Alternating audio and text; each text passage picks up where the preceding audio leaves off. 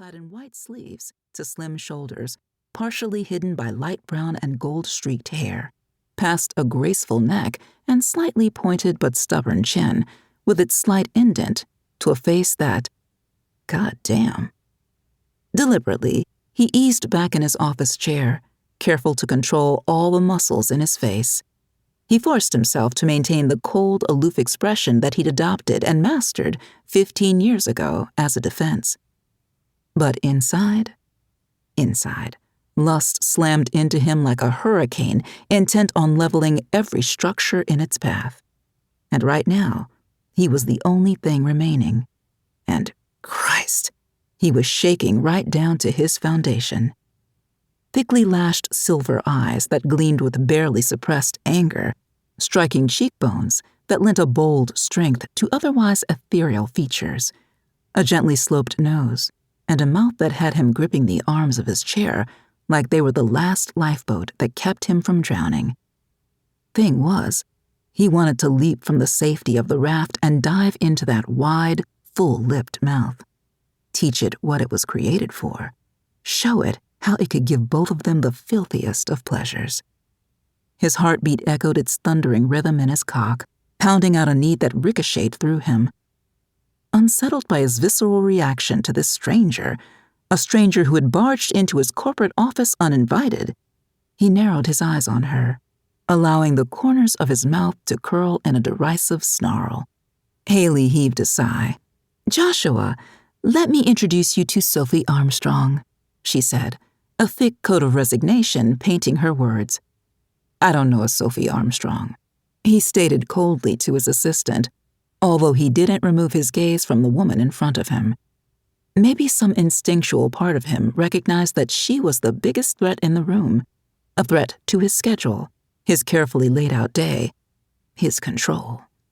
"The name would be familiar if you bothered to answer any one of my phone calls or emails," she snorted, cocking a dark eyebrow.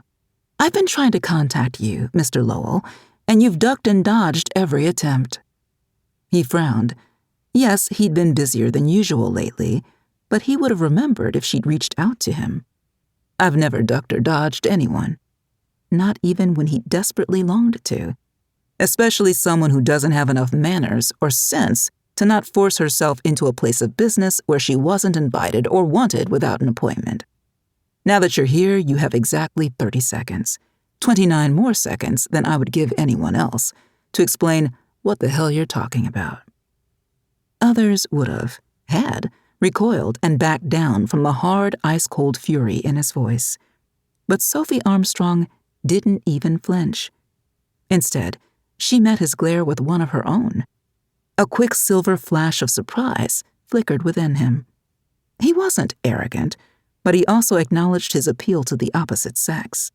Understanding his money proved just as much of a lure as the appearance he'd inherited from his handsome father, he never lacked for female attention, or sex. But to this woman, he might as well be Quasimodo taking a break from his Notre Dame tower to hang out in the Black Crescent offices. Sophie Armstrong didn't bother to employ any advantage her beauty might press. Not that it would, but she didn't know that. No, unless antagonism passed for charm these days, she was confrontational and contemptuous, and goddamn if it wasn't hot. She reached into the bag over her shoulder, withdrew a stack of papers, and slapped the pile on his desk. "That's what I'm talking about.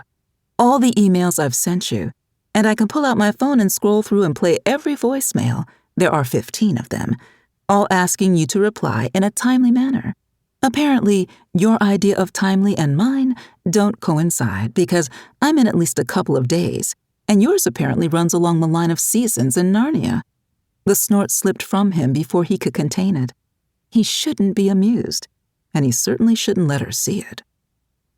"You have 5 seconds left," he informed her, leaning forward, and with a will that had been forged in the fires of desperation, humiliation, and pride over a decade ago. He shifted his attention back to his screen. "I suggest you make the most of it." A soft, feminine growl filled the air, and the reverberation of it rolled in his gut, clenching the muscles there so hard he nearly grunted in pain. With a wrenching